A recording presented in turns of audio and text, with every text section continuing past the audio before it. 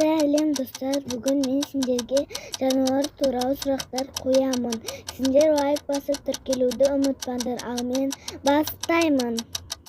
1, 2, 3, 4, 5.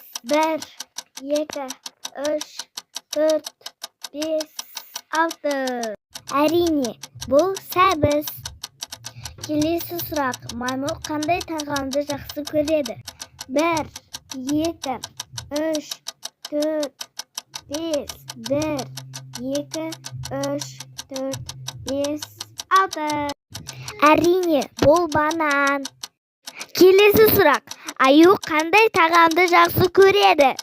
1, 2, 3, 4, 5, 6.